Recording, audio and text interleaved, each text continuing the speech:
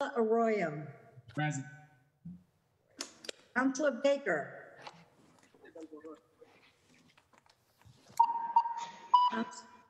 Councilor Baker. I'll come back to him. Councilor Bach. Present. Councilor Braden. Present. Councilor Campbell.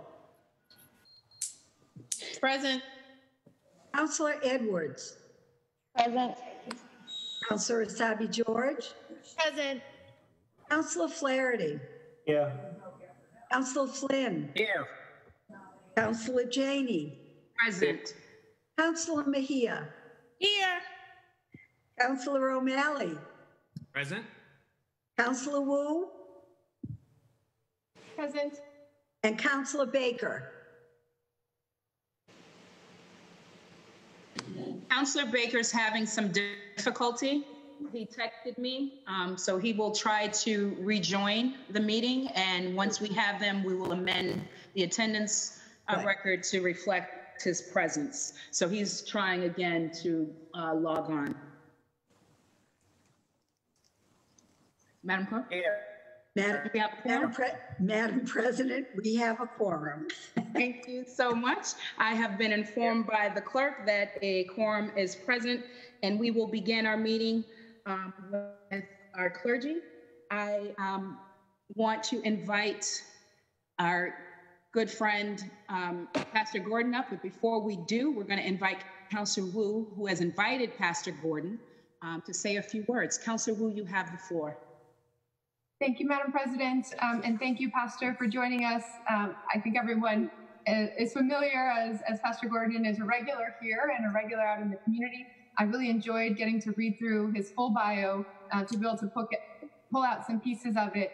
Of course, we all know that he's been active in the community and as growing up served as a junior deacon, junior usher, was licensed to preach and taught his local Sunday school class, attended the BU School of Theology, received a prestigious fellowship for the study of professional ethics, and served on the ministerial team under Reverend Arthur T. Gerald at the historic 12th Baptist Church before stepping into his role as pastor at St. John Missionary Baptist Church in Roxbury.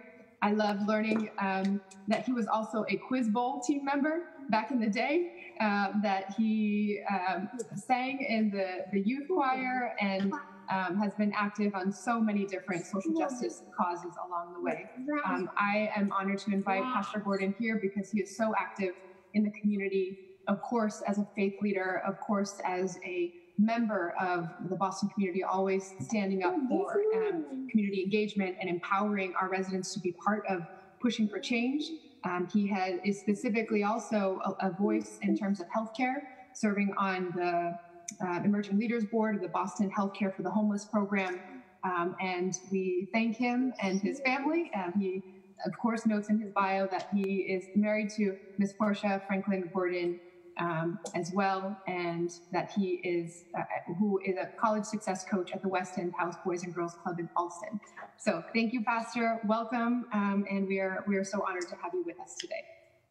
Thank you. Well, good afternoon, everyone. It is a beautiful day. Thank you, Councilor Wu, for thinking enough of me to invite me to just help open up this meeting. To my own City Councilor, Kim Janey, it is good to see you.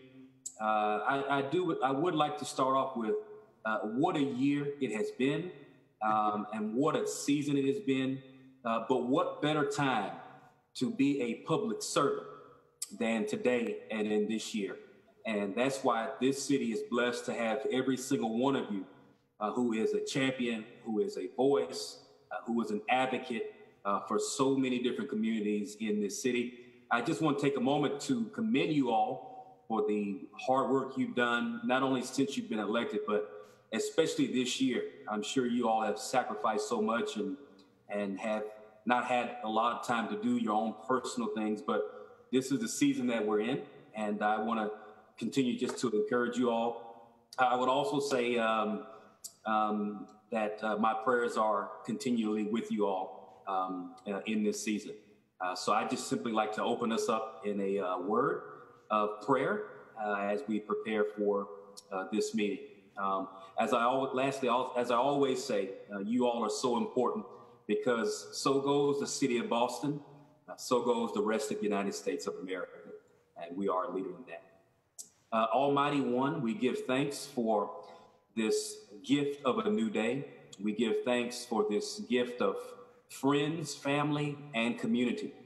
And although our world is in a lot of chaos, a lot of bad situations due to this pandemic we haven't seen in a century, we still thank you for the opportunity to serve our communities, to serve our streets, and to serve our people. As we meet on today, we ask for your guidance that would remind us of our convictions to serve the least of these, to serve the hungry, to open the doors of opportunity to those who have been left out, and to do justly. We give thanks for every member of the Boston City Council. Continue to bless them in their work, not only today and not only throughout this year, but in the time to come. We give this prayer on this beautiful day. Amen. Amen. Amen. Thank you so much for that wonderful message, Pastor Gordon, and for your continued prayers. We certainly need it. Our city needs it. You are welcome to stay with us for as long as you like. Obviously, you can leave whenever you like. We will now move on to pledge allegiance to our flag, and then we will go right into our agenda. I pledge allegiance to the flag Of of the United States of America, and to to the republic for for which it stands, one nation, under God, God, indivisible, indivisible, with liberty, liberty and justice justice for all. Thank you so much. Before we move on, Madam Clerk, if you could please amend the attendance record to reflect that Councilor Baker is in fact with us. Thank you, Madam President. Great, great, great, great. We will now move on to the first order of business on the agenda, and that is the approval of the minutes. So if there is no discussion on the minutes, I'd like to ask for us to approve the minutes through a roll call vote. Seeing and hearing no discussion, Madam Clerk, please call the roll. Thank you, Madam President. Councilor Arroyo. yes. Councilor Arroyo, yes. Councilor Baker. Yes. Councilor Baker, yes. Councilor Block. Yes. Councilor Block, yes. Councilor Braden. Yes. Councilor Braden, yes. Councilor Campbell. Yes. Councilor Campbell, yes. Councilor Edwards. Yes. Councilor Edwards, yes. Councilor Asabi George. Yes. Councilor Asabi George, yes. Councilor Flaherty. Yes. Councilor Flaherty, yes. Councilor Flynn. Yes. Councilor Flynn, yes. Councilor Janey. Yes. Councilor Janey, yes. Councilor Mejia. Yes. Councilor Mejia, yes. Councilor O'Malley. Yes. Councilor O'Malley, yes. And Councilor Wu. Yes. Councilor Wu, yes. Madam President, the minutes have been approved unanimously. Thank you. The minutes are approved from the last meeting, and now we'll move on to communications from His Honor the Mayor, and we'll start with docket 0998. Madam Clerk? Thank you. Docket 0998, message and order authorizing the City of Boston to accept and expend an amount of $9,781,393 in the form of a grant from the CDBG FY20 CARES Supplemental, awarded by the United States Department of Housing and Urban Development to be administered by the Department of Neighborhood Development. The grant would fund programs to help alleviate housing and economic crisis conditions caused by COVID-19. Thank you. Docket 0998 will be referred to the Committee on Housing and Community Development. We'll move on to docket 0999. Docket 0999, message and order authorizing the City of Boston to accept and expend an amount of $2 million in the form of a grant for the FY 2020 Securing the Cities program, awarded by the United States Department of Homeland Security, be administered by the Police Department. The grant will fund the development of the Metro Boston Secure excuse me, the Metro Boston Securing the City's Radiological Nuclear Threat Response Initiative, which includes the opening of a regional office and the creation of regional task force. Thank you. Docket 0999 will be referred to the Committee on Public Safety and Criminal Justice. We'll move on to docket 1000. Docket 1000, message and order authorizing the City of Boston to accept and expend an amount of $280,070 in the form of a grant to the Municipal Vulnerability Preparedness, known as MVP, Program Action Grant, awarded by the Executive Office of Energy and Environmental Affairs to be administered by the Environment Department. The grant will fund a 2-year heat resilience planning study for the City of Boston. Thank you. Docket 1000 will be referred to the Committee on Environment, Resiliency, and Parks. We'll now move on to docket 1001. Docket 1001, message and order authorizing the City of Boston to accept and expend an amount of $220,000 in the form of a grant, Child Care Entrepreneur Fund, awarded by the Economic Development and Industrial Corporation of Boston to be administered by the Office of Women's Advancement. The grant will fund assistance to home-based child care businesses in the City of Boston as they struggle to remain open. Thank you. The chair recognizes Councilor Mejia. Councilor Mejia, you have the floor. Thank you, Madam President. This grant for $220,000 will be administered by the Office of Women of Advancement and will go towards assisting struggling home-based child care businesses across Boston. While the City Council normally holds hearings for grants over a certain amount of dollars, the value of this grant grant will provide is crucial, and the need for it is immediate, especially as we start to bring our students back to school. Now more than ever, we need to have a robust child care infrastructure. And I think it's really important for us to really make note that normally this will be a grant that would have a public hearing, and that we would have an opportunity to be really thoughtful and mindful of how we're utilizing these dollars, who are the businesses that are going to have access to these funds. And I think it's important that while we are approving this grant under these conditions that we happen to find ourselves in, that in the future, this is not a norm and a stage that we should set. And I look forward to, in the event, if we need to call upon a hearing in the post-audit to ensure that these dollars were allocated in ways that were reflective and responsive to the needs of our most vulnerable businesses, including minority business and immigrant-owned. So I ask that we suspend and pass and allow this grant to move forward in the interest of ensuring that we are able to serve our most needy. Thank you. Thank you so much, Councilor Mejia. Councilor Mejia seeks suspension of the rules and passage of docket 1001. Madam Clerk, would you please call the roll? Thank you. Councilor Arroyo for docket 1001. Yes. Councilor Arroyo, yes. Councilor Baker. Yes. Councilor Baker, yes. Councilor Bach. Yes. Councilor Bach, yes. Councilor Braden. Yes. Councilor Braden, yes. Councilor Campbell. Yes. Councilor Campbell, yes. Councilor Edwards. Yes. Councilor Edwards, yes. Councilor Asabi George.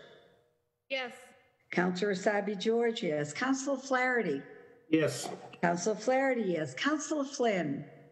Yes. Councilor Flynn, yes. Councilor Janey. Yes. Councilor Janey, yes. Councilor Mejia. Yes, sorry. Councilor Mejia, yes. Councilor O'Malley. Yes. Councilor O'Malley, yes. And Councilor Wu. Yes. Councilor Wu, yes. Madam President, docket 1001 has passed with a unanimous vote. Thank you so much. Docket 1001 has passed. We'll move on to docket 1002. Madam Clerk? Docket 1002, message and order authorizing the City of Boston to accept an amount of $176,194 in the form of a grant for the FY20 Port Security grant program awarded by the United States Department of Homeland Security to be administered by the Police Department. The grant will fund installation installation and thermal optical equipment for those vessels and new equipment for Harbor Patrol Unit dive team. Thank you, Madam Clerk. The chair recognizes Councilor Campbell. Councilor Campbell, you have the floor. Thank you, Madam President. As Chair of the Committee on Public Safety and Criminal Justice, seeking suspension of the rules and passage of docket 1002, which is a grant for $176,194. It's a grant we've received continuously in the past. It's for our port security grant program and to fund installation and repowering of the police department's Harbor Patrol Unit vessels. And that's a total of 3 vessels and their thermal optics equipment, which the vessels use to patrol activity, particularly at night. BPD actually provides a 25% match on the grant. The funding will cover the cost of engines for 3 safe boats that provide security escorts, also for incoming liquefied natural gas tankers that transit the Boston Harbor, the USS Constitution on its 7 turnaround cruises every year. It also will support dive operations and SWAT team delivery in port security operations. Given the amount of the grant and the fact it's quite detailed and we've received it in the past, I'm seeking suspension of the rules and passage of docket 1002. Thank you, Madam President. Thank you so much. Councilor Campbell seeks suspension of the rules and passage of docket 1002. Madam Clerk, would you please call the roll? Thank you. Docket number 1002, Councilor Arroyo. Yes. Councilor Arroyo, yes. Councilor Baker. Yes. Councilor Baker, yes. Councilor Bach. Yes. Councilor Bach, yes. Councilor Braden. Yes. Councilor Braden, yes. Councilor Campbell. Yes. Councilor Campbell, yes. Councilor Edwards. Yes. Councilor Edwards, yes. Councilor Asabi George. Yes. Councilor Asabi George, yes. Councilor Flaherty. Yes. Councilor Flaherty, yes. Councilor Flynn. Yes. Councilor Flynn, yes. Councilor Janey. Yes. Councilor Janey, yes. Councilor Mejia. Yes. Councilor Mejia, yes. Councilor O'Malley. Yes. Councilor O'Malley, yes. And Councilor Wu. Yes. Councilor Wu, yes. Madam President, docket number 1002 has received a unanimous vote. Thank you so much. Docket 1002 has passed, and we'll now move on to reports of committees, and we'll start with docket 0451. Thank you. Docket 0451, the Committee on Environment, Sustainability, and Parks, to which is referred on March 4th, 2020, docket number 0451. Message and order authorizing the City of Boston to accept and expend an amount of $400,000 in the form of a grant for the Market Development Program awarded by the Mass Center for Excellence Corporation to be administered by the Environment Department. The grant will fund the city's procurement of a solar storage system at Moon Island, which will provide a critical training asset to the city and the region's emergency response and inspection services professionals. Submitted a report recommending it ought to pass. Thank you so much, Madam Clerk. The chair recognizes the chair of that committee. Councilor O'Malley, you have the floor.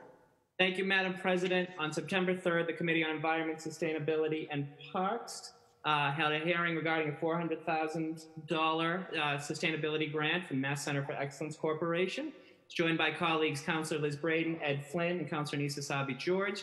We also heard testimony from Joseph LaRusso, the Energy Efficiency Manager for the City of Boston.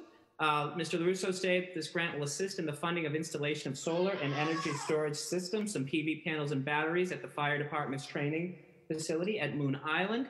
The solar and energy storage system will include commercial and residential size unit system that we use for training by BFD and other surrounding fire departments to better respond to emergency situations involving different solar systems. Yes, it will.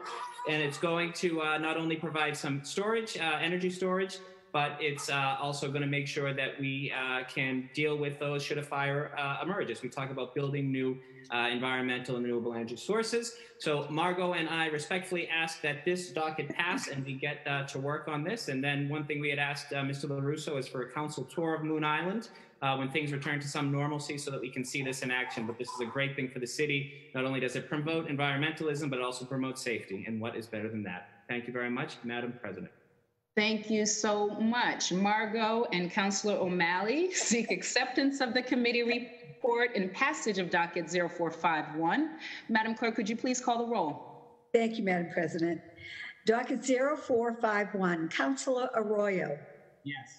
Councilor Arroyo, yes. Councilor Baker. Yes. Councilor Baker, yes. Councilor Bach. Yes. Councilor Bach, yes. Councilor Braden. Yes. Councilor Braden, yes. Councilor Campbell. Yes. Councilor Campbell, yes. Councilor Edwards. Yes. Councilor Edwards, yes. Councilor Asabi George. Yes. Councilor Asabi George, yes. Councilor Flaherty. Yes. Councilor Flaherty, yes. Councilor Flynn. Yes. Councilor Flynn, yes. Councilor Janey. Yes. Councilor Janey, yes. Councilor Mejia. Yes. Councilor Mejia, yes. Councilor O'Malley and Miss O'Malley. Ms. Margot, we vote yes. Thank you, Madam Clerk. Councilor O'Malley and our wonderful Margot vote yes. Councilor Wu. Yes. Councilor Wu, yes. Madam President, docket 0451 has received a unanimous vote. Thank you so much. Docket 0451 has passed. We will now move on to matters recently heard for possible action. And let's start with docket 0935. Docket 0935, order for hearing on pest control and illegal dumping in the city of Boston. Thank you. The chair recognizes Councilor Flynn, who is chair of the Committee on City and Neighborhood Services. Councilor Flynn, you have the floor. Thank you. Thank you, Madam President. The Committee on City and Neighborhood Services held a hearing yesterday on pest control and illegal dumping. The hearing was sponsored by myself and Councilor Braden. The panelists included Commissioner Irish and Assistant Commissioner Leo Boucher from ISD, as well as Steve Tankel from Code Enforcement. From the community, we had Mary Chin from AACA, as well as Anthony Disidoro of the Alston Civic Association.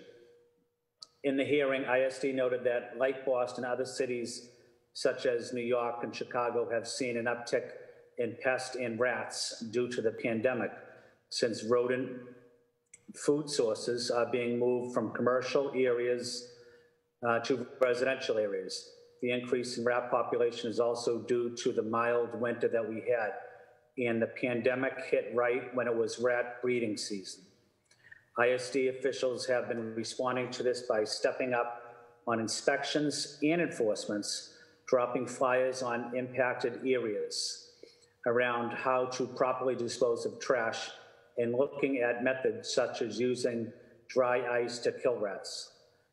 Commissioner Irish and Assistant Commissioner Boucher emphasized the importance of properly disposing of trash and preventing rat activities, so that making sure that lids are closed and that trash is properly separated. They also emphasized that reporting cases on 311 will make it easier for them to track and respond to rodent activities. We also heard from representatives from AACA, which is the Asian American Civic Association, and the Alston Civic Association, and they noted that rodents and illegal dumping have long been issues for their neighborhood, and suggested higher penalty fees for violators, more public education and enforcement to address these issues, and I certainly agree. It was an informative hearing. I want to thank City Councilor Braden for her partnership on this. I want to thank all my colleagues who were able to attend. You provided excellent feedback and questions. Pest control and prevention of illegal dumping have always been important quality of life issues for our residents. And with the pandemic, it's even more important that we keep our neighborhoods clean and healthy. This is a public health emergency, and it's also a safety emergency as well. I look forward to continuing working on this issue with my colleagues, and I want to give an opportunity to City Councilor Braden if she'd like to weigh in as well. Thank you, Madam President. Thank you so much for that thorough committee report. I don't see a blue hand from Councilor Braden, so we'll move on. Okay. Councilor Braden, are you good with that thorough report? I'm good. Councillor Flynn has given a very comprehensive report of the hearing. Thank you. Wonderful. So docket 0935 will remain in the committee, and we'll have more opportunity to engage on that topic. And we'll move on to docket 0322. Thank you. Docket 0322, order for hearing regarding the current state of cooperative housing in Boston and strategies for its further expansion. Thank you so much. The chair recognizes Councillor Edwards, who is chair of the Committee on Housing and Community Development. Councillor Edwards, you have the floor. Thank you very much, Madam Chair, or Madam President, excuse me. The Committee on Housing and Community Development held a hearing on Tuesday on the order regarding the current state of cooperatives in Boston. The following individuals from the administration participated: Sheila Dillon, Chief of Housing; Tim Davis, Deputy Director of Policy Development for D&D. We also heard from Teresa and Maureen, also who work in D&D in different areas. The committee also heard testimony from John Seward, President of the Massachusetts Association of Cooperatives; Matt Thal, Vice President of the same association; Bill Brower, Director of Housing and Preservation and Policy at CDAP; Maggie Cohen, the Loan and Outreach Officer at the Cooperative Fund of New England; Jared Tunnell, Senior Vice President at the National Cooperative Bank; Casey Fannin, President of the National Cooperative Bank; and Grant Young, Trustee of the Symphony Area Renaissance. The committee discussed the history and current status of co-op housing today. The committee discussed the available resources offered by private and public-private partnerships, and also ways in which the city, through its already institutional programs for home ownership, can enhance access to cooperatives and make them part of the regular conversation. As demonstrated by many of the speakers, cooperatives are probably the most stable form of housing. They provide truly an accessible way of ownership through shared ownership. And for the most part, all of us were very excited as city councilors to hear about ways in which we could continue this conversation. Apologize in advance for forgetting my colleagues, but along with myself and the sponsor, Councillor Bach, also in attendance is Councillor Flaherty, Councillor Flynn, Councillor Wu, Councillor Baker, Councillor Mejia, and Councillor Braden. I believe I have all of the councilors that attended. Again, I apologize. Oh, Councillor Janey, President Janey, my apologies. Also attended the, I think, very robust, good conversation. I ask that we keep this into the committee so that we can have a working session to discuss enhancing these programs. And now, with the president's permission, I would turn it over to the lead sponsor. Thank you so much for that thorough report. You would. Okay, so thank you so much, Councillor Edwards, for that thorough report. As I mentioned yesterday in that hearing, it was also Councillor Bach's maiden speech. So that's how we were having that conversation. And I think Councillor Bach would like to just add a few words to talk about this. So Chair recognizes Councillor Bach. Thank you, Madam President. And yes, I'll be brief. I thank Councillor Edwards for the thorough report and for running a great hearing, and all the people she mentioned who came and spoke. And I'm excited about next steps. And I think we have a real partner in D&D and wanting to do some substantive things to help make more of these co-ops happen and help a wider array of folks access the opportunity to live in cooperative housing. So I'm really excited about that. I said this yesterday, but I think it bears repeating. When I gave my maiden speech on cooperative housing, it was, on February 5th, it was in a very different world in some sense. But I think what's so notable about cooperative housing is that it could be relevant on February 5th as a way to try to, have stable communities anchored in the city with a housing market just like, that's going up and up and everything is booming. And then you come to a situation 8 months later where we're worrying about foreclosure of large apartment buildings, where we're not sort of sure exactly what the future holds. And yet again, they're seeing nationwide much lower arrearage issues and foreclosure rates in co-op housing, and it really, like, it's in a down market as well, that co-ops can really help keep our communities whole. So I think, and really that's because what co-ops do is they take housing a little bit out of the capitalist boom and bust cycle, while also allowing people to build ownership. And so to me, just that change in circumstance, and yet the fact that it feels more pressing even than when I gave the speech for us to be talking about co-op housing, really underscores for me how important a priority this is, and how much it's a set of tools we need to have in our toolbox for the next 6 months, a year, on into the future. So grateful to the chair and grateful to you, Madam President, and to all of my colleagues for coming and remembering that it was my maiden speech way back when. So thank you so much. Docket 0322 will remain in committee. We'll now move on to motions, orders, and resolutions. And we will start with docket 1003. Madam Clerk. Docket 1003, Councilor Baker offered the following home rule petition for a special law regarding an act directing the City of Boston Police Department to waive the maximum age requirement for police officer Darryl P. LaMonica. Thank you so much. The chair recognizes Councilor Baker. Councilor Baker, you have the floor. Thank you, Madam President. This is a home rule petition for a special law regarding an act directing the City of Boston Police Department to waive the maximum age requirement for police officers for Darryl P. LaMonica. This will amend the Massachusetts general laws to specifically waive the age limit for Darryl to enter the Boston Police Academy.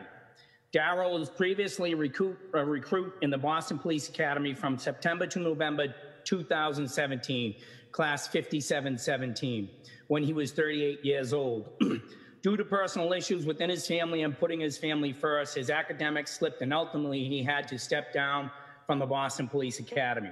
Darryl took the last civil service police exam in March 2019 and is currently going through an extensive process to enter into the academy.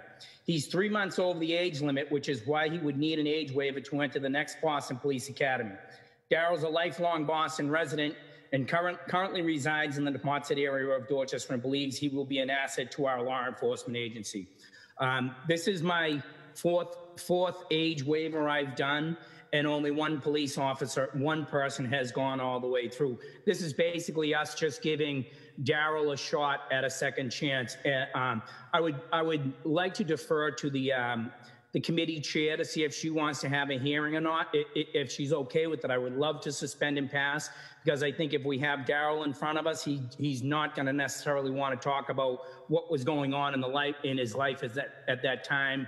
I don't know if people remember the gentleman that was paralyzed from the neck down over in Matt's district near the Arboretum there. That was his brother-in-law there, and had some other deaths and some health issues. One of his children ended up hurting himself when he was in the academy. He's not going to want to go through that stuff. He said to me that he hadn't been in a classroom setting for over 20 years, being 38. He was only a high school graduate, and said he wasn't really used to the books. Again, this would just be us giving him a second chance. This needs to go up the State House and go through that whole process there. And ultimately, if the police don't think that he's fit, they have the ultimate say on whether he enters into the cadet class, this next class or not. Thank you. Thank you so much, Councilor Baker. And given that this is legislation and a really important issue to discuss, including whether or not we've got the right age in place. One, we have to ask ourselves, do we have the right age limits and requirements in place if we have to keep requesting waivers? With all of that said, docket, let me make sure I get it right, docket 1003 will be assigned to the Committee on Government Operations, and hopefully we will have that hearing quickly so that we can get this moved through the council. Thank you, Madam Chair. Thank you. So that is being assigned to the Committee on Government Operations. But before I do that, I apologize. I did not give people the opportunity who wanted to sign their name or to speak. So I did not see anyone who wants to speak. If anyone wants to add their name to this legislation, Madam Clerk, if you could please add Councilor Flynn, Councilor Campbell, Councilor Sabi George, Councilor Bach, Councilor Flaherty, Councilor Braden, Please also add the chair. Thank you. And please also add Councilor Mejia. And Councilor Flynn, did you want to say a few words? Yes. Thank you, Madam President. I just want to go on record in support of this. Boston has always been a city of giving people second chances and third chances, and we've always given people the benefit of the doubt. And I want to strongly go on record in support of Ms. Delmonico. Thank you, Madam President. Thank you so much. And as I mentioned, docket 1003, which is this docket, is going to GovOps. We'll now move on to docket 1004. Madam Clerk. 1004, Councilors Flaherty and Flynn offer the following order for hearing regarding relief for our local cultural, civic, and war veteran clubs during the COVID-19 public health emergency. Thank you so much. The chair recognizes Councilor Flaherty. Councilor Flaherty, you have the. Thank you, Madam President. I introduced this hearing order because I've been hearing from local clubs and posts and halls across the city regarding the difficulty that they're having and continue to experience during COVID. They've been all shut down, as we all know, many of them throughout all of my district colleagues' districts, and many of them play an important role here in our city. And so they've been shut down since March and have not been able to viably open. We all know the importance of our local cultural, civic, and our VFW post, and know how much these places contribute greatly to our communities and to the vibrancy of our city. We also know that it's oftentimes these clubs, posts, and halls that are hosting fundraisers for youth organizations and a variety of different causes, events for our veterans and seniors, and also offering inexpensive places for neighbors to gather, civic associations to gather, et cetera, whether it's to mourn the loss of a loved one or to celebrate a happy time in someone's life, hosting a community meeting or simply spending time with one another. It's more often than not, it's the local halls and the posts and the clubs that provide that venue. So we also know that they themselves, they rely on event space rental fees as well as these fundraisers and the money that comes in from sort of the bar and the food portion of it. And they haven't been able to generate any income over the last six plus months. So despite their inability to operate, many of them are still incurring expenses such as upcoming renewal fees and license fees, as well as rental and mortgage payments, property tax, utilities, et cetera. So they're going through some very difficult times at the moment. And I wanted to see whether or not we as a city could come together to try to identify additional ways. I know that our licensing board, ISD, small businesses teams have been doing yeoman's work trying to help them out. However, I feel that despite our best efforts, a lot of times our hands are tied at the local level because we depend so much on a lot of the state regulatory stuff. So we're at the risk of losing many of these precious clubs unless we explore more ways to provide relief for them.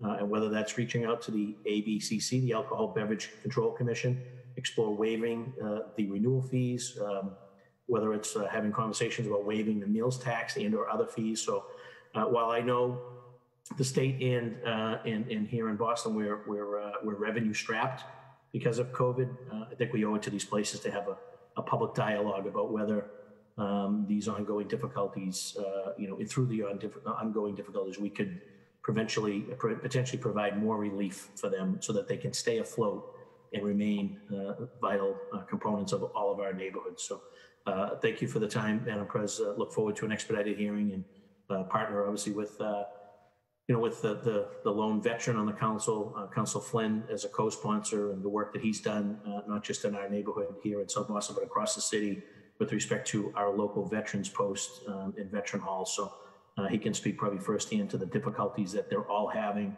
I know that the Carter post was one that had reached out to me. That's in Council Campbell's district. So again, trying to do the best we can for them. They're a vital component to our communities, and we want to try to do the best we can to make sure that when we get through COVID-19, that they're still standing and we're still able to access them, and they're still be able to host the events that they normally host for residents in our city. So thank you very much, and look forward to an expedited hearing and encourage others to join in as well. Thank you, Madam President.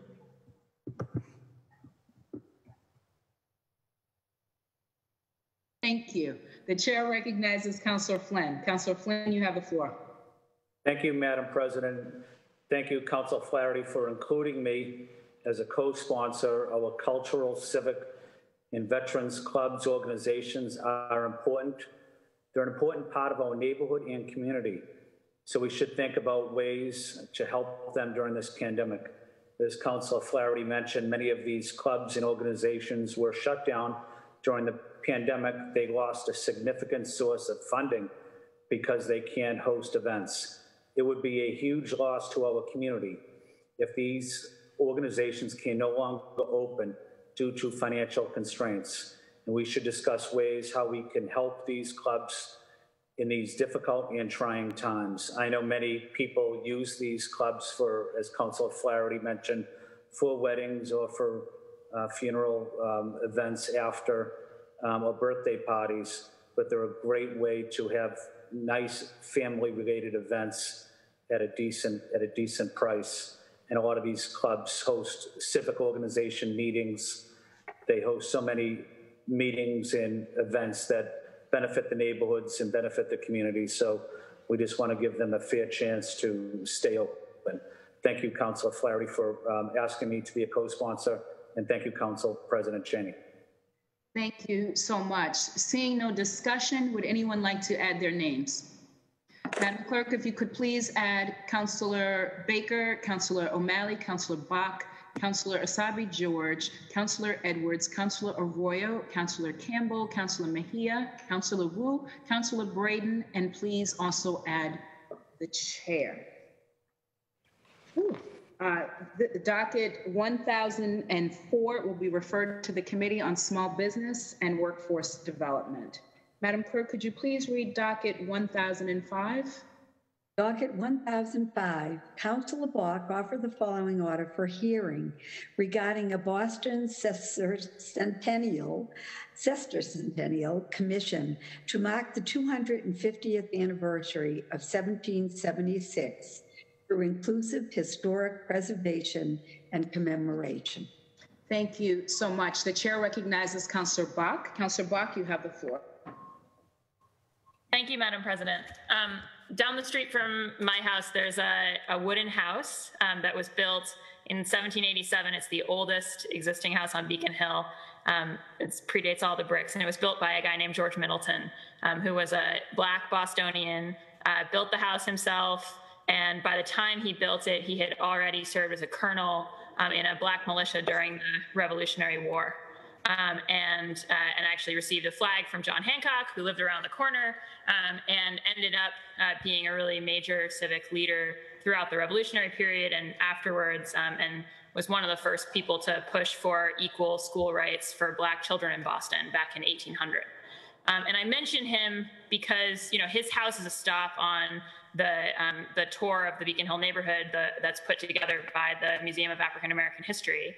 And it's one piece of a really rich African American history that goes back to Revolutionary times and before here in Boston.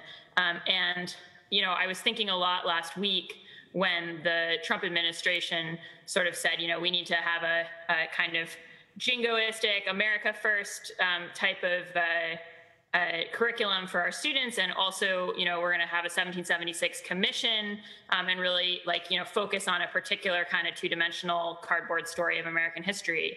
I was thinking about the fact that I think the onus is really on us in Boston to tell a much more inclusive and more real story as we approach the 250th birthday of the country.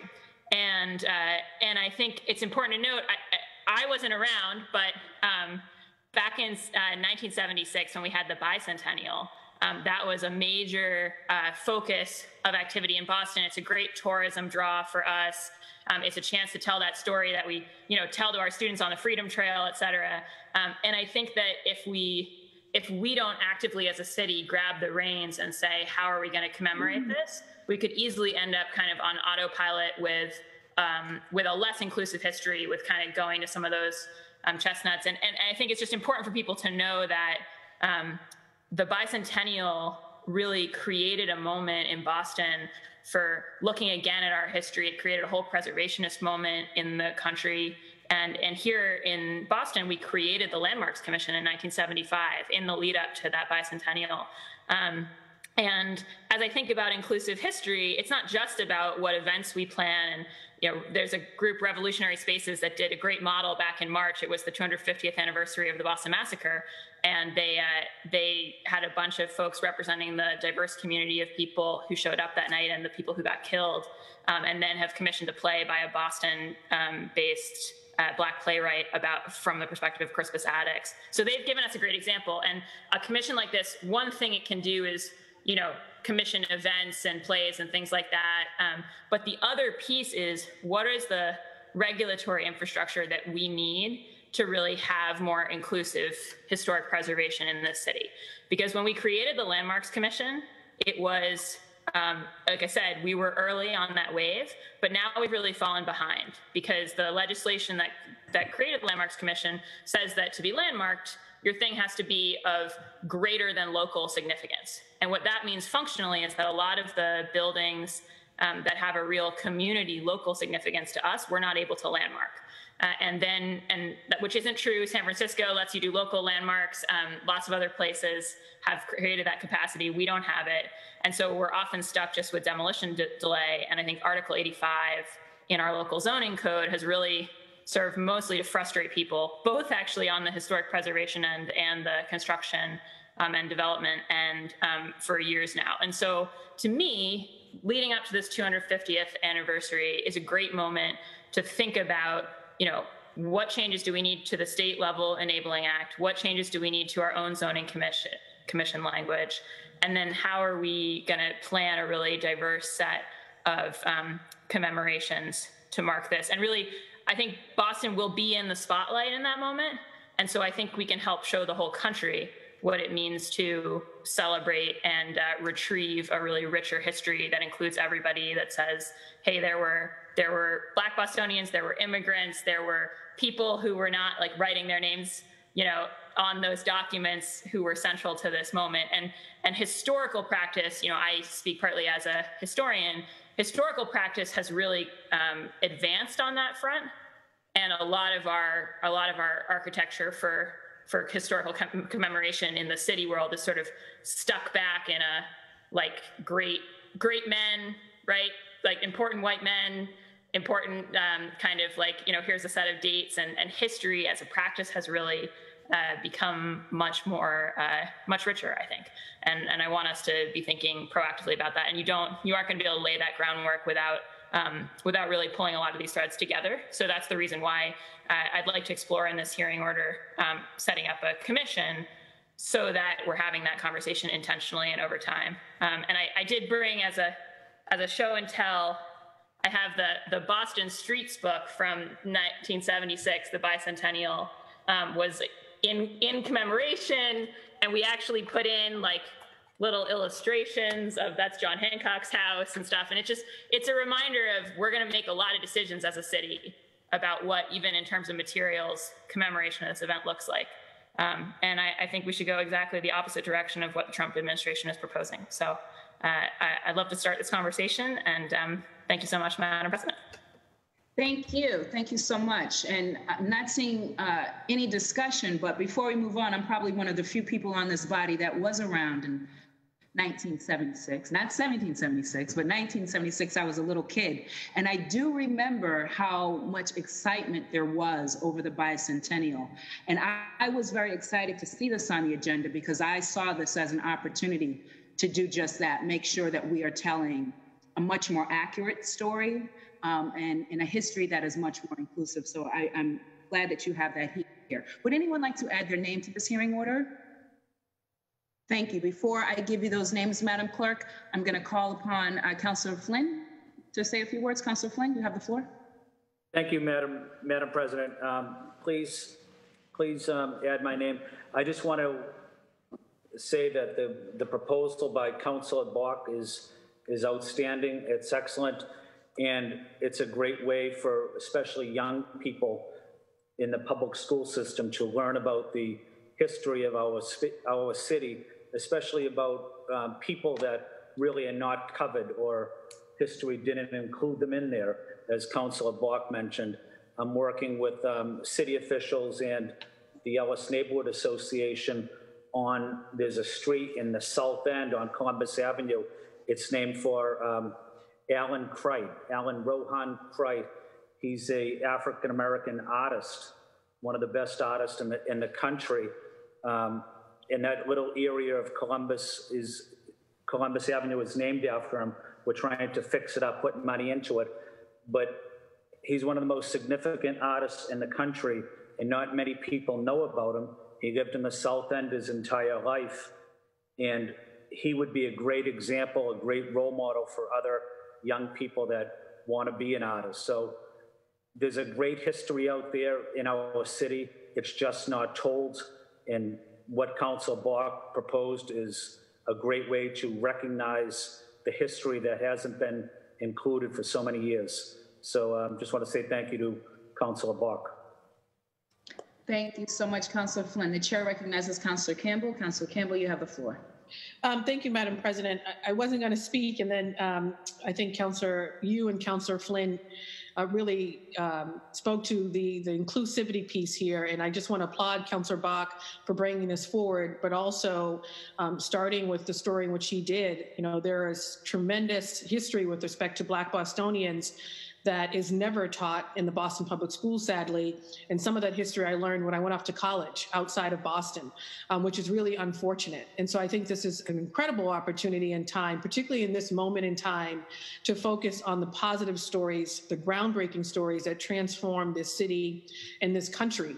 I was just recently meeting with Dr. Kindy based on what he's going to be doing at BU in terms of assisting or creating an institute to help us all make our institutions in this country an anti-racist society. And in his pitch to folks who don't understand why his work is so important at BU and for, not just for Boston, but for the country, he was talking about the history of Boston and how we've always been at the forefront of not sort of gradual progress, but asking for, you know, absolute emancipation, and how Blacks and whites in partnership and together were at the forefront centuries ago, pushing to end slavery, pushing for everyone to have equality, and how many have lost that sense of history. And that if you are from the city of Boston, why we have such pride, one of the things is because of the leadership of all these folks who came before us in making Boston the first in many respects. And so this is an opportunity to really dive in deep and do it across the city. It's so exciting. So kudos to Councilor Bach for introducing this, and please add my name. Thank you, Madam President. Thank you so much. Now, if we could have a show of physical hands for all the other hands we're going to add. So I think you have Councilor Flynn already. Madam Clerk, please also add Councilor Braden, Councilor Baker, Councilor Edwards, Councilor Flaherty, Councilor Sabi George, Councilor O'Malley, Councilor Arroyo, Councilor Mejia, Councilor Campbell, Councilor Wu, and please also add the chair. Docket 1005 will be referred to the Committee on Arts, Culture, Tourism, and Special Events. Madam Clerk, could you please read docket 1006? Docket 1006, Councilor Mejia offered the following resolution recognizing September as Suicide Prevention Month in the city of Boston. Thank you so much. The chair recognizes Councilor Mejia. Councilor Mejia, you have the floor. Thank you, Madam President. Before we move forward, I'd like to suspend the rules and add Councilor Sabi George as an original co-sponsor. Seeing and hearing no objections, Councilor Sabi George has been added. Yes, thank you. And I would also like to just put out a trigger warning for those who are listening to my speech, as I will be discussing the issue of suicide. Writing the speech was tough, almost as hard as it is reading it. Nearly everyone in our office, myself included, has lost someone in their lives to suicide or has themselves struggled with mental health issues. I was raised by my grandparents until I was 5 years old in the Dominican Republic, while my parents left in pursuit of the American dream. And I remember my grandfather sold candy out of a wooden box, and I was his #1 client. I don't remember much about him, but I do remember that he went missing and later learned that he had committed suicide. And we all know the battles that everyone is carrying. I also, a cousin of mine committed suicide in 2015. And when we think about the stigma that exists in a lot of communities when we talk about suicide, it's always one of those things that gets hushed. And so much so that even myself as a teenager, I too tried to commit suicide. But at the time, my mom was really afraid and was so afraid that I was gonna be removed from the home that she didn't take me to the hospital or didn't seek any counseling for me for fear that I would be removed from the home. And also for fear that if this would be on my record, that I would never get a job in America. And it's important for us to talk about the stigma that people carry as it relates to suicide, because there's a lot of myths out there as it relates to it. As a survivor, I'm grateful to be alive to witness the strength in my struggle. As a survivor, I know there are also so many young people right now who are battling depression and sitting at home suffering in silence. And we're calling for this resolution, not just to bring light to the strength in our own journey, but to say that there are people out there who are currently struggling. And for those who are out there listening, know that you are loved, you are valued, and you are needed. The number for the National Suicide Prevention Hotline is 1-800-273-8255. We encourage everyone to reach out to their loved ones, to check in on them, especially during these times. And I'd like to suspend the rules and move with this resolution. Thank you.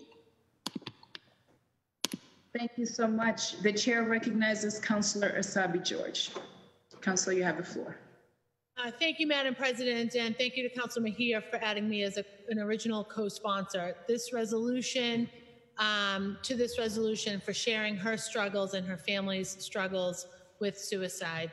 Prior to the pandemic, I filed a hearing order to look at the city's suicide prevention resources as the suicide rate in Boston increased 17% between 2015 and 2019.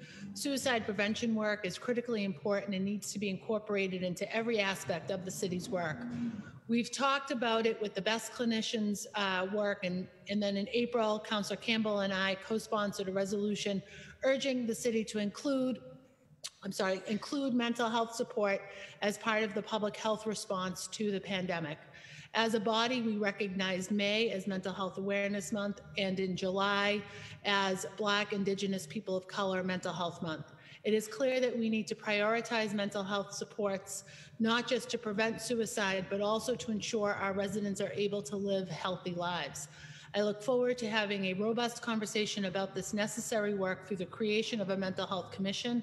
I am very grateful to Councilor Mejia for her leadership in declaring September as Suicide Prevention Month and for joining me in prioritizing mental health supports throughout the city and making them widely accessible.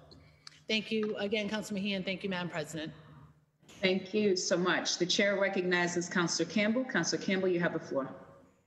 Thank you, Madam President. I'll be brief. I just want to thank the makers, Councilors Mejia and Asabi George, for the continued work on mental health issues and eliminating the stigma, but also, of course, putting forth ideas and solutions with respect to how the city can do better, whether it is providing more resources to organizations on the ground who are doing great work, especially in communities of color that are harder to reach, with respect to mental health supports, prioritizing it not as an afterthought, but making it a part of every single conversation, particularly now in this moment when we are all experiencing collective trauma because of COVID-19, police brutality, racism, just the topics of discussion.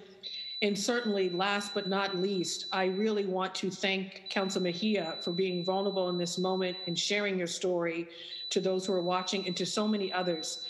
People often ask, why do we share our stories? It's one, so people see themselves in us and see the humanity in us and know that we see them. But most importantly, hopefully it encourages or inspires someone to reach out and get help or supports. So thank you so much for being vulnerable in this space, Vulnerability is power. Thank you. And thank you again, Councillor Sabi George, for your continued work on these issues. Please add my name, Madam President. Thank you. The chair recognizes Councillor Bach. Councillor Bach, you have the floor. Thank you, Madam President. I also want to thank the makers and thank Councillor Mejia also for sharing her story. I have lost too many people this way over the course of my 20s, and I think it's so important for us to talk about. And I also think it's really important when it comes to suicide prevention to just for everyone to know that like it needs the opposite of fatalism from us, because I think sometimes people think, oh, well, like what can you do? You know, if it's going to happen, it's going to happen. All of the evidence suggests that every little thing that you do to, you know, whether like make a particular building like less attractive as an option, every a little conversation with somebody at the right moment, having a number that's easy to call, having like suicide is something that people, the profile is that people attempt it in a moment.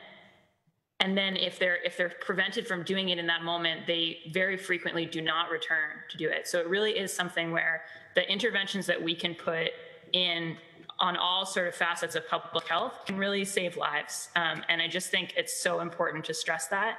And I will say there's one thing that I'm hopeful about is I think Seth Moulton from our congressional delegation actually got a bill through that's sitting on the president's desk right now. Hopefully he'll sign it, which would make a national suicide hotline number, 988, which would help. Councillor Mejia gave the current one, but I think a 3-digit number, it's another one of those little things that if it were just easy and everybody knew it, it helps with the destigmatization, and also it just increases the chance that someone's gonna call in that moment of acute crisis. So I just really want to appreciate Councillors Mejia and Asabi George for bringing this forward and say that I think it's an issue that just, we all know, like when it happens in your family or in your friend circle, it's devastating and the impacts spiral for so long. And so I think, yeah, it's just we all need to do everything we can on this. So thank you. Thank you so much. The chair recognizes Councillor Flynn. Councillor Flynn, you have the floor. Thank you. Thank you, Madam President. I just want to say thank you to the makers, to Councillor Mejia and Councillor Asabi George. And as Councillor Campbell mentioned, you know, Councillor Mejia relaying that story helps so many people across our city.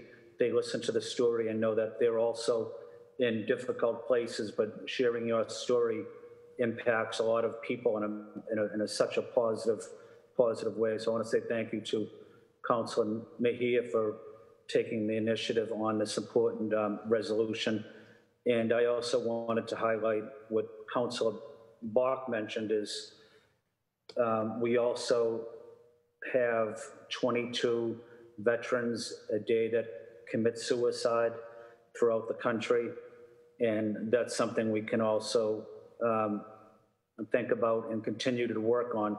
And I know my colleagues on the council have been very active and engaged on this issue. So I just want to say thank you to Councillor Mejia and to Councillor Asabi George.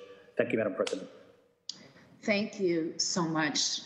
Seeing no more discussion, please a show of physical hands for those who would like to add their name. Madam Clerk, if you could please add Councillor Flynn, Councillor Braden, Councillor O'Malley, Councillor Flaherty, Councillor Arroyo, Councillor Baker, Councillor Bach, Councillor Campbell, Councillor Edwards, and Councillor Wu. Please also add the chair. Councillors Mejia and Asabi George seek suspension of the rules and adoption of docket 1006. Madam Clerk, could you please call the roll? Sorry. Docket 1006. Councillor Arroyo. Yes. Councillor Arroyo, yes. Councillor Baker. Yes. Councillor Baker, yes. Councillor Bach. Yes. Councillor Bach, yes. Councillor Braden. Yes. Councillor Braden, yes. Councillor Campbell. Yes. Councillor Campbell, yes. Councillor Edwards. Yes. Councillor Edwards, yes. Councillor Asabi George. Yes. Councillor Asabi George, yes. Councillor Flaherty. Yes. Councilor Flaherty, yes. Councilor Flynn. Yes. Councilor Flynn, yes. Councilor Janey. Yes. Councilor Janey, yes. Councilor Mejia. Yes. Councilor Mejia, yes. Councilor O'Malley. Yes. Councilor O'Malley, yes. And Councilor Wu. Yes. Councilor Wu, yes. Madam President, docket number 1006 received a unanimous vote. Thank you so much. Docket 1006 has been adopted, and now we will move on to personnel orders. Madam Clerk, could you please read docket 1007? Docket 1007, Councilor Janey for Councilor Braden. Councilor Braden seeks seeks passage of docket 1007. Madam Clerk, would you please call the roll? Thank you. Docket 1007, Councilor Arroyo. Yes. Councilor Arroyo, yes. Councilor Baker. Yes. Councilor Baker, yes. Councilor Bach. Yes. Councilor Bach, yes. Councilor Braden. Yes. Councilor Braden, yes. Councilor Campbell. Yes. Councilor Campbell, yes. Councilor Edwards. Yes. Councilor Edwards, yes. Councilor Asabi George. Yes. Councilor Asabi George, yes. Councilor Flaherty. Yes. Councilor Flaherty, yes. Councilor Flynn. Yes. Councilor Flynn, yes. Councilor Janey. Yes. Councilor Janey, yes. Councilor Mejia. Yes. Councilor Mejia, yes. Councilor O'Malley. Yes. Councilor O'Malley, yes. And Councilor Wu. Yes. Councilor Wu, yes. Docket number 1007 has passed unanimously. Thank you so much. Docket 1007 has passed. Madam Clerk, could you read 1008? Thank you. Docket number 1008, Councilor Janey offered the following order. Thank you. The chair seeks passage of docket 1008. Madam Clerk, would you please call the roll? Thank you, Madam President. Councilor Arroyo. Yes. Councilor Arroyo, yes. Councilor Baker. Yes. Councilor Baker, yes. Councilor Bach. Yes. Councilor Bach, yes. Councilor Braden. Yes. Councilor Braden, yes. Councilor Campbell. Sorry, yes. Councilor Campbell, yes. Councilor Edwards. Yes. Councilor Edwards, yes. Councilor Asabi George. Yes. Councilor Asabi George, yes. Councilor Flaherty. Yes. Councilor Flaherty, yes. Councilor Flynn. Yes. Councilor Flynn, yes. Councilor Janey. Yes. Councilor Janey, yes. Councilor Mejia. Yes. Councilor Mejia, yes. Councilor O'Malley. Yes. Councilor O'Malley, yes. And Councilor Wu. Yes. Councilor Wu, yes. Madam President, docket number 1008 has received a unanimous vote.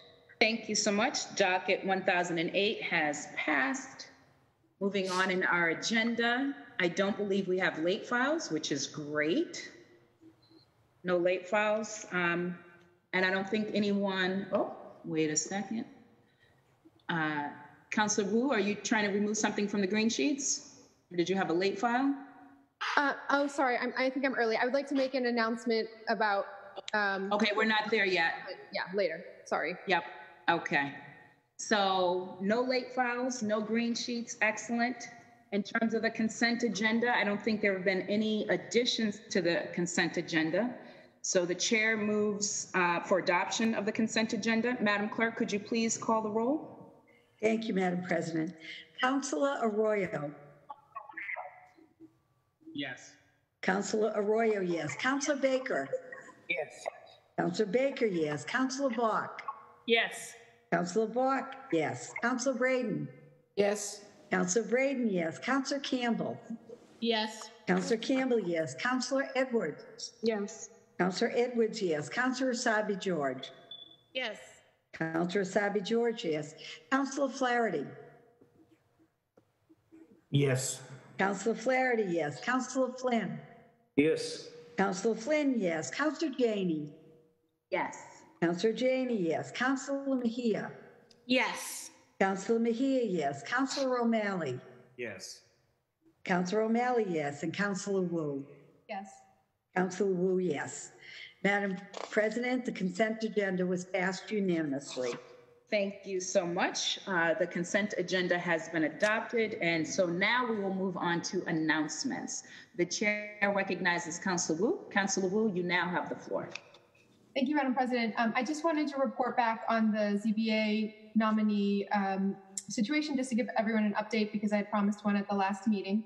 So as it stood, again, we confirmed several of the nominees last week, and there were 2 remaining nominees in committee, the full member and the alternate for the architect position. There was some conversation during our hearing or committee meeting about whether the proposed alternate nominee should in fact be a full member, just given the importance of representation on the board and expertise, and also just clearly that the vast majority of people of color who would be represented on the board are all in alternate slots now. So there's been some discussion back and forth. We straightened out the criteria so that in fact this proposed alternate nominee would be eligible for the open full member seat that is the mayor's decision to appoint with some neighborhood association ties.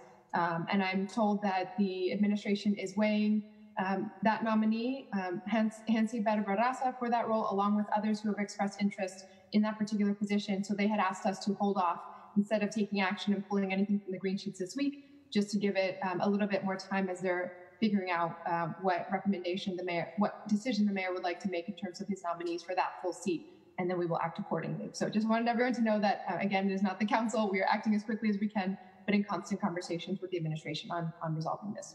Thank you. Thank you for that update. The chair recognizes Councillor Asabi George. Councillor Asabi George, you have the floor. Thank you again, Madam President. I'd like to acknowledge that today is Recovery Day here in the city of Boston. Every year we recognize September as National Recovery Month to increase awareness and understanding about mental illness and substance use disorders. The theme for this year's Recovery Month is Join the Voices for Recovery, Celebrating Connections, which symbolizes the importance of celebrating the diversity of people from all walks of life, striving for recovery and ending the stigma around mental illness and substance use disorder. Today, I'm wearing a little bit of purple in the official color of Recovery Month to express my solidarity and support for individuals living in recovery, as well as those who are just starting on their path. Recovery looks different for everyone, and you are not alone in this journey. I also want to extend my deepest gratitude to our service providers here in Boston providing critical recovery support services. In honor of Recovery Month, I'd like to encourage those at home to consider making a donation to the Massachusetts Organization for Addiction Recovery. MORE does incredible work for our most vulnerable residents.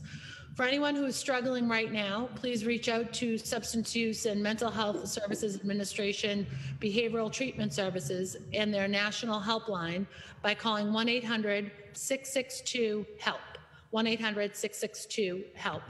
Thank you again, Madam President and colleagues for indulging me. Thank you so much. The chair recognizes Councillor Bach. Councillor Bach, you have the floor. Thank you, Madam President. This isn't my announcement, but I did want to thank the clerk for bringing my district into the room with her today. She's had a picture of the public garden behind her the whole meeting.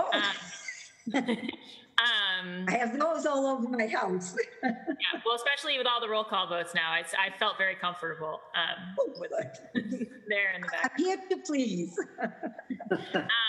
Of course, now I'm going to cause you trouble. You'll have to rotate the district image. Right.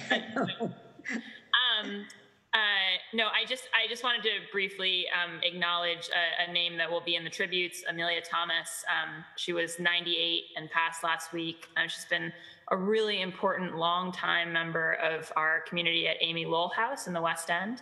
And her daughter, Louise Thomas, is also a major community leader in the West End. And I've just been thinking a lot about how much it meant to her and to the community at Amy Lowell, which is, for folks who don't know, subsidized housing. It's a mix of families and seniors, and really very community oriented, and also in a kind of vertical neighborhood that is the West End. The Amy Lowell community room is really the living room for the entire neighborhood. I mean, we have, in normal times, every public meeting, every gathering there. And I was just thinking about how much it's meant for someone like her to get to 98, getting to continue to live in that multi-generational community, continue to live in the heart of Boston, you know, on a fixed income with housing that she can continue to afford. And I really wanted to express my condolences to Louise and the whole Thomas family, and just honor her. And, you know, the West End, it's one of our littlest and sometimes less well-remembered neighborhoods, but it's a community, and Amelia was part of the heart of it. So thank you, Madam President. Thank you so much.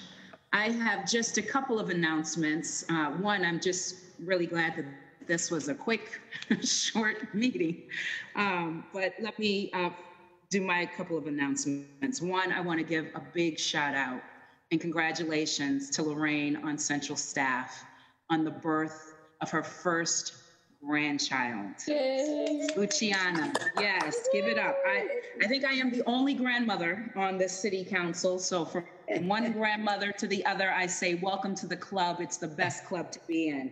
So congratulations, Lorraine. Congratulations to your daughter and your beautiful granddaughter. And so that is celebrating the birth. But we've also lost a number of people. We continue to lose people every day in 2020, and I thought it was just really important that we mark and acknowledge the passing of Ruth Bader Ginsburg. She has been an incredible leader. I don't need to tell folks on this body what she has done for this country and what she has done for women, but I'm really grateful for her as someone who is leading the most diverse city council in Boston's history with a record number of women. Folks, we talk about it, and sometimes people get upset. Why are we always talking about the women? But people have to acknowledge this is very recent history. Just in 2012, there was one woman on the council. That was Ayanna. 2014, 2 women, Ayanna and Michelle. 2016, 4 women. 2018 went to 6, and in 2020, it went to 8. So I don't know what we're going to do in 2022, if we're going to get to 10, but that's the goal. And I bring that up because there's a quote that Ruth Bader Ginsburg talked about. She talked about women and the importance of women and representation. And she was responding to a question about, how many women on the Supreme Court. And so she said, so now the perception is, yes, women are here to stay. And when I'm sometimes asked, when will there be enough women on the Supreme Court? And I say, when there are 9, people are shocked. But there'd been 9 men, and nobody ever raised a question about that. She said that back in 2012, when we only had 1 woman on the city council. So I'm just really grateful for, as I'm sure all of you are, for all that Ruth Bader Ginsburg has done for women and for moving this country forward. And we will also obviously close the council in tribute to her. Any other announcements? Councilor Flaherty. Councilor Flaherty, you have the floor. Yes, just a brief moment of clarity. I hear your point there, but the Madam Clerk, she was a pioneer. When I ran for the council in 2000, there were actually 4 women that served on the council. Clerk Feeney was one of 4 women. And then when I joined the council, there were 3 women. So just for historical correction. Yes. But in 2012, it was just 1. When in 2009, when Ayanna first came, you were on the council with her, and then you left, and Frank joined us. And then Ayanna was by herself, yes. And I'm looking to Councilor O'Malley, our historian, and now we've got Councilor Bach, another historian, to make sure that we're keeping the record straight. But thank you for that, Councilor Flaherty. Any other announcements? It's going to be a record. It's 1:22. No other announcements. Great. So that we'll just move on. I just wanted to, sorry, Councilor, Madam President, I just wanted to thank everyone. No, I just wanted to thank everybody for your text messages and your thank you. I'm incredibly grateful to be serving alongside you all. Thank you so much. We're grateful to have you with us. Thank you so much, Councilor Mejia. We will now move on to our memorials. We will adjourn our meeting in memory of the following individuals. For Councilor Bach, Amelia Thomas. For Councilors Baker, Campbell, and Asabi George, Carol Robinson. For Councilor Edwards, William Lamb, and Supreme Judicial Court Chief Justice Ralph Gantz. And on behalf of the entire City Council, Ruth Bader Ginsburg. A moment of silence, please.